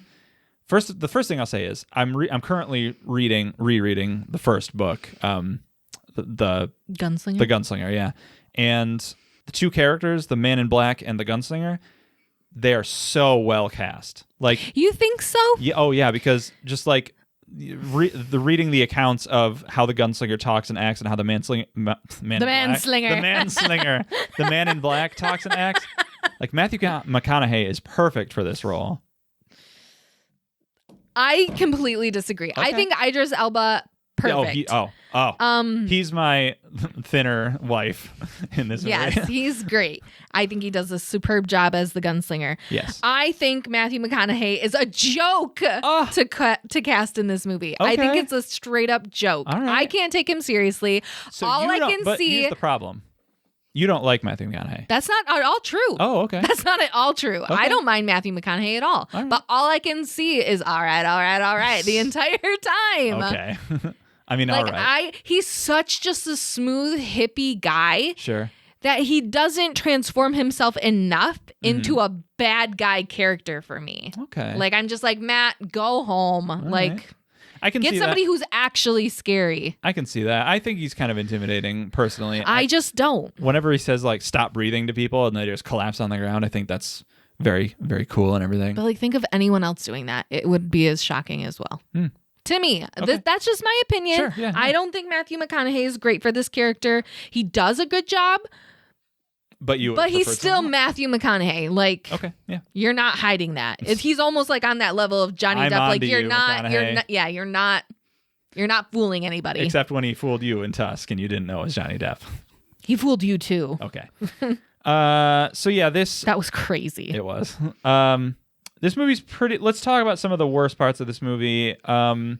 It throws a lot at you immediately. And none of it makes Like sense to me. the very first thing you see is like, there's some text that talks about the Dark Tower, and then you see like the Man in Black has all these children hooked up to these chairs, and they shoot a beam at a tower and it explodes, and you're like, what the hell is going on? And you see all these children in like a schoolyard, and there's like 919 or something is written, and it's just like, this is nonsensical. This kid wakes up.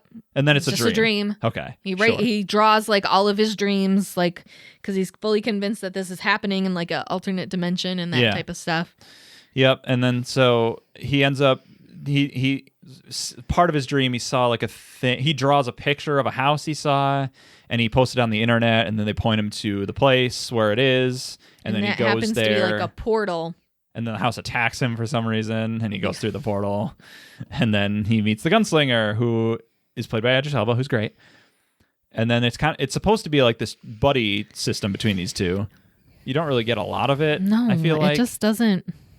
Gunslinger is cool, I will say. I like the kid in this too. Oh, yeah, I think he he is. does a really good job. Yep. But yeah, their dynamic together just doesn't ever Doesn't really connect meld. in a way that you want it to. Yeah.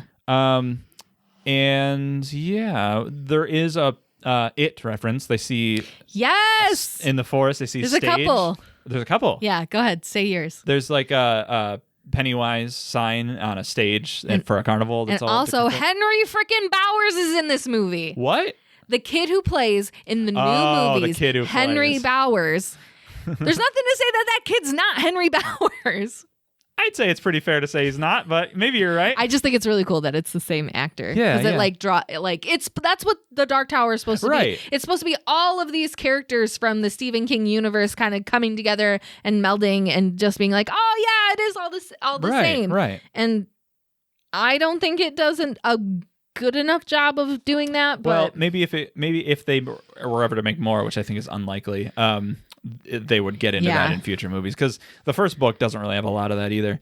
But again, another character that has the shining, Jake Chambers, the kid, they call it out in this movie. He's like, you got a good shine, blah, blah, blah. Yeah. So that's cool. This movie's kind of just, it's very generic. I think it's very much like just a sci-fi action movie. It's not if really I had horror. watched it like growing up as a kid, I probably would love it. Probably. Like I probably would be super nostalgic over it. Yeah. Because it does have it has pretty good characters that you could like really idolize and that type of stuff. But There's one messy scene where he goes back to the kid's parents' place because he has like an asshole stepfather, which that's always like people love to do that with an asshole stepfather. Just like have good stepfathers or step-parents at all. But kills him again, stop breathing, that's cool. And then is like threatening the mom to be like, where's Jake? Eventually finds out and then the scene cuts. You don't really see what happens after that. Later they go back and they find like a pile of ash on the ground and they're like, oh, she's dead. And that's it. I was like, there's no What? way she's dead. Right. I was convinced she was going to come back. Now, 'Cause, have you read all the books? I've not read. I've only read the first one. I don't believe the mother is a character. I think like literally the gunslinger just finds Jake one day because it's him. It's the gunslinger story, not Jake's. Right. This movie is Jake's story. So that's bad. I just am like waiting till the end till she comes back, and then she never did. She never did. Maybe in the sequel. Don't waste your money. Yeah. So that's really all there is to talk about. The thing is, I don't think it's bad enough to keep talking about. 'Cause, That's like, exactly how I feel. there's It's just nothing- like, meh. right. If you don't like it, you don't like it. But I don't think it's actively bad. The way, like, it got a lot of hate when it came out. Yeah, but it's like D&D. I guess The people who love are to hate big, it, I guess, people who are going to be big fans of it want a specific thing right. and had high expectations for it. Mhm. You know, when the new It came out, none of us had high expectations because the miniseries was so crazy and just is what it Right. is. Right. And so we were like, okay, so like if we get a new one, whatever. And it Exactly. ended up being really good. Way better. When I think. your expectations are too high and like you can't meet it. right. Like nobody could, no You matter have who to they not cast, expect anything. what they did. Yeah, you have to just go in with an open mind that this is not just the reincarnation of a book. Right. I agree.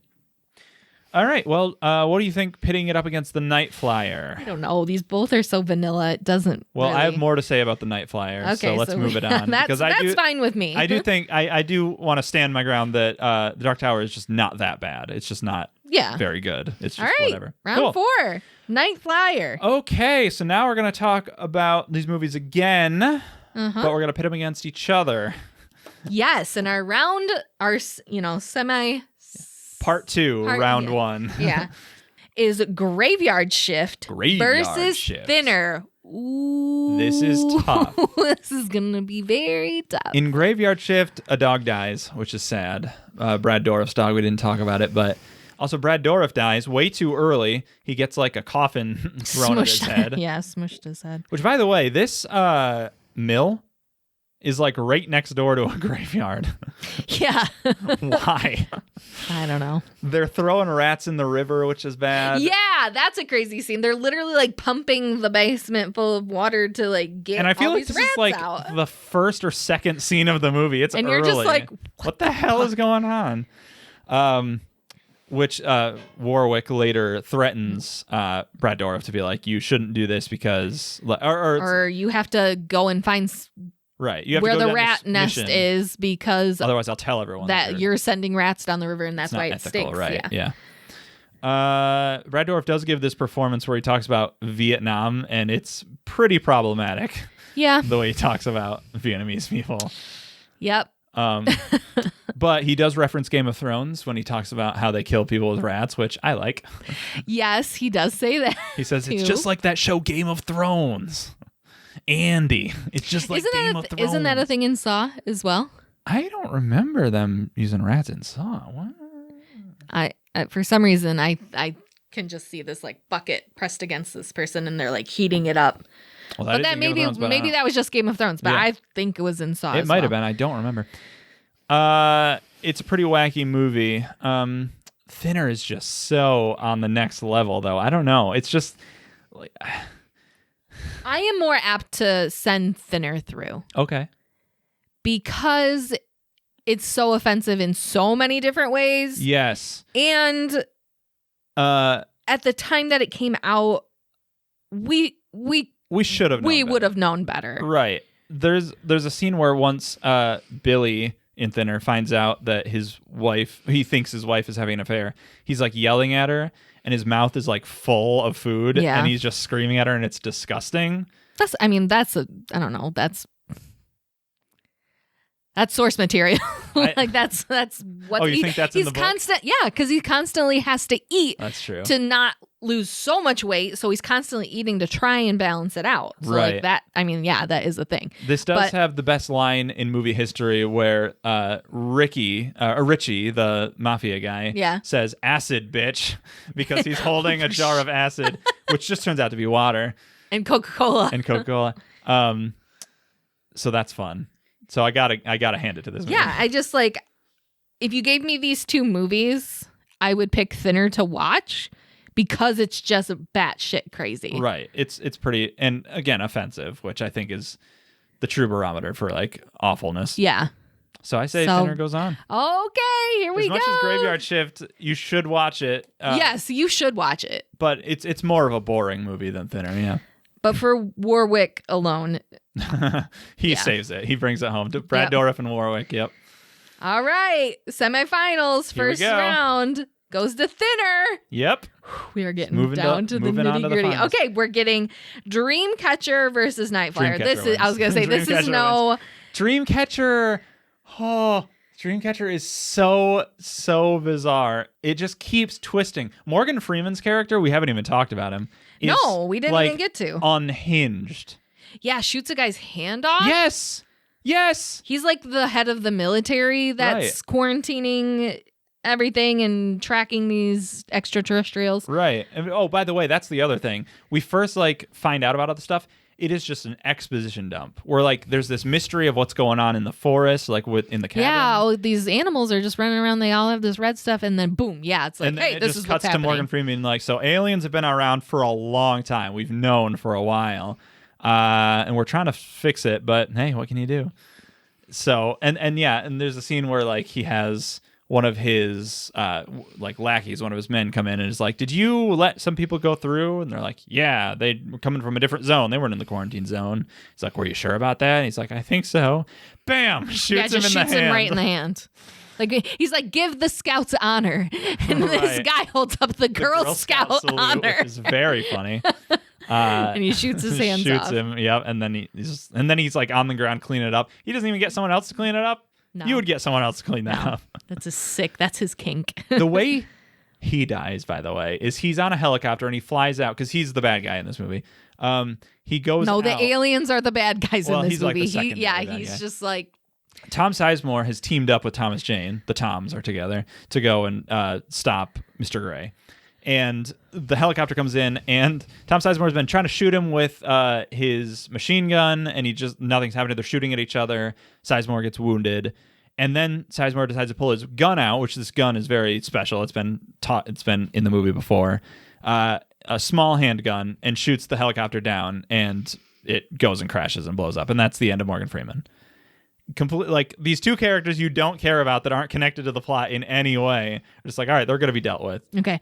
You brought up the gun. We have to talk about the gun. The best scene of the movie. I think this is the craziest thing It's so that would funny. make it be the worst horror movie is like Henry takes the guy's gun and is like, okay, come on, Jonesy, like, give me a sign, blah, blah, blah, blah, blah. And like literally Jonesy in his mind palace. the phone manifests starts a ringing. phone. Right. And so he picks it up. And so Thomas Jane puts the gun to his The gun rings, head. though. The gun rings. And he picks up the gun and holds it to And his it's face and is like, hello. Not like he's No, gonna shoot himself. He's just not holding like it suicide, like it's a phone. but It's still dangerous. Don't play with guns. But he's talking into it like it's a phone. And Tom Sizemore doesn't even react the way you want I know, him to. you're He just, does he's give a just little like, look, but you would expect him to be like, oh, you're mentally unstable. I'm out of here. Like, I'm not dealing with this anymore. yeah. Instead, he's just like, huh? He talks on the phone through a gun in this movie. Timothy Olyphant pisses on a space worm, and Thomas Jane talks into a gun as a phone. And the other guy gets bloody toothpicks because he has to satisfy the OCD. Yeah, by the way, we didn't talk about that, but that's how he dies. He's trying to keep the toilet down, but his toothpicks go flying. And he's because, been like, he's always chewing on a toothpick. Like, which that's it's not really.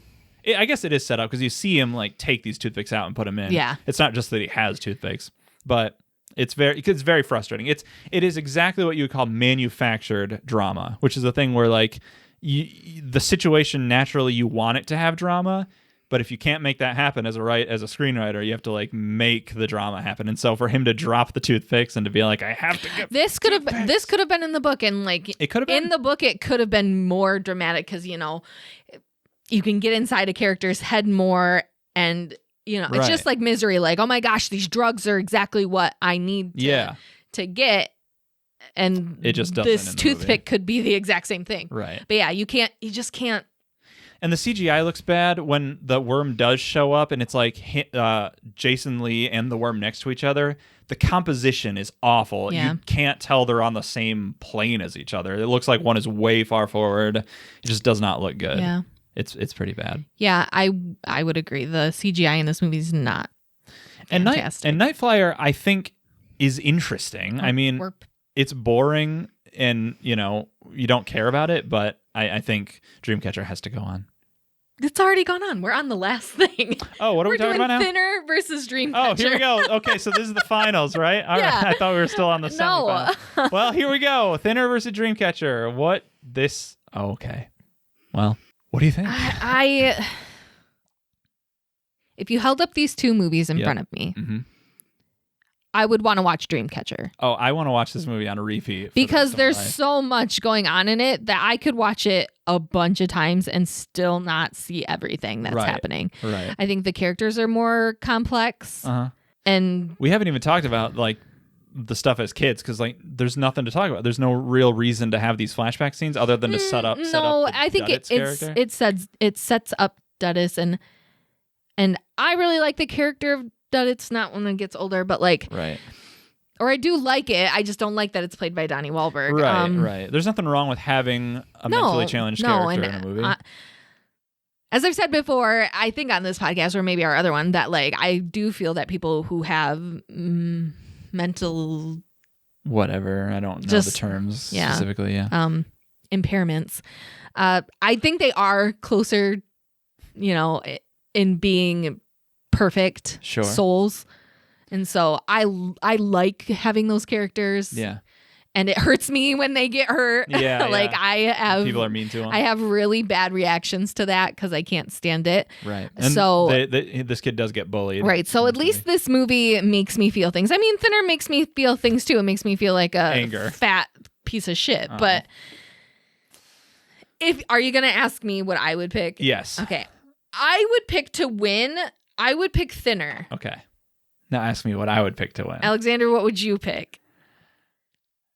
Thinner. Good. It's so bad, and it's so offensive, and it's just nonsensical. Whereas Dreamcatcher But it is a good. trip. I can laugh at it. Yes, because it's not boring. so crazy. Right.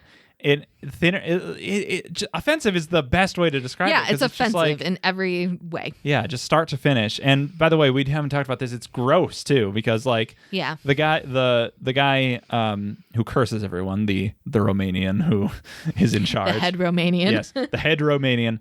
He has like this open sore on his face. Cancer on his face. I guess it's That's supposed what to be, they've said. It's cancer. But it's a like- cancerous lesion. It's just very strange, and it's not. I don't know why this is a part of it. I think it's just something to make you not like that group of people because they're dirty and they're infected I and guess like that's that type of. pretty I think that's what that's from. That's pretty awful. Yeah, but- I agree. It's yeah. terrible. So, I think Thinner has to take it home. It's so bad. That's it. Wow. Season 4, season of the Stephen Season King of the witch. Season of the head bitch in charge. Stephen King. of worst horror movies goes to Thinner. I feel like this was our most peaceful Yes. worst horror movies. We usually end up Are at each other's throats. right fisticuffs. Yeah. But Which one, when we like set out these movies, which one did you really think would win? I thought it would be either Maximum Overdrive or Graveyard Shift. I thought for sure it would be Maximum Overdrive Because that's the one everyone because talks about. everybody is like, this is the worst movie. And Graveyard Shift I had not heard much about, but from what I had seen and even watching the movie, I was like, this sucks. Yeah. But it just, couldn't make it in the end, ultimately. It wasn't as offensive. Couldn't pull its weight, and I am sorry about that, but I couldn't resist. So, All right, we did it. We Yes. survived another worst horror movies episode. Just barely. I'm so excited to get back to some good movies. I know we talked about Gerald's Game, but Yeah. yep. Smooth sailing from here on out, guys. We next week are covering Christine. Yeah. So tune in for that. If we missed a bad Stephen King movie that we should have had on our list, let us know. You can tweet at Please. me personally at clevergirl, the letter F, the letter X. You can tweet at me at Mr. spelled it the long way, Red Plays, at Mr. Red Plays. You can also tweet the show at Makes It Scary. Cool. And yeah, there are a lot more So many. bad horror movies. We couldn't fit them all on this list. And like we said, we Just wanted like to get like we some- can't fit all of the movies in the season. Yep. These are what we pick. That's right. And it's our show. So, So suck it. yep. All right. Well, Well, you're welcome. You don't have to watch these movies because we've we done did it it for you. See you next week. Bye. Show's over. So warm, so juicy.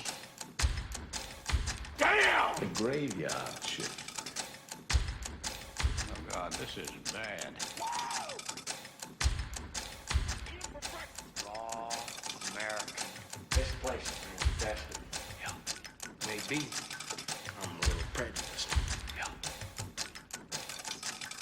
You got a problem? I ain't got a problem. You got a problem? I ain't got a problem. What's your problem, boy? The graveyard shift. No problem. Yeah.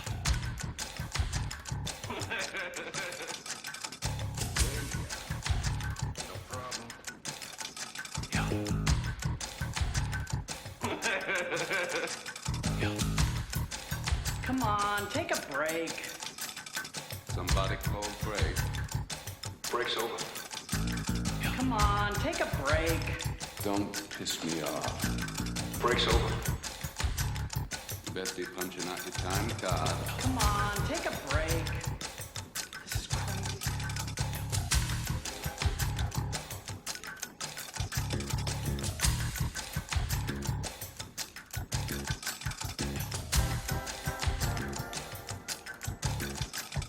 The graveyard shift. When's the last time you've been to a graveyard? The graveyard shift. When's the last time?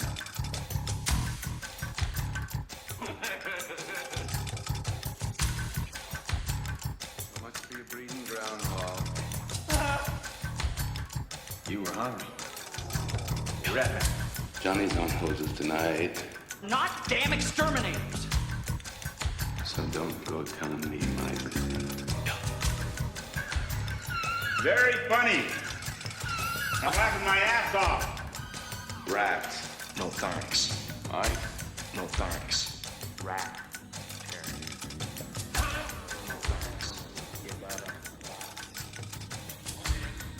You're a rat.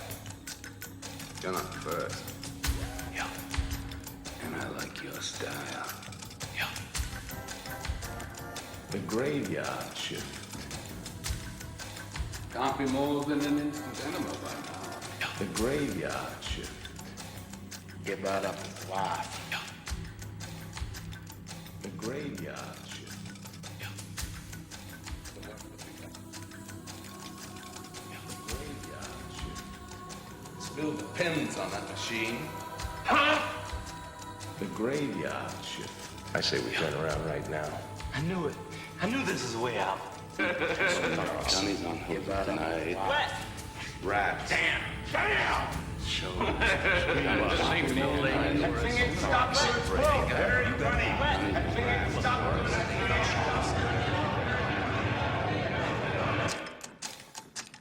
The graveyard shift. The graveyard shift.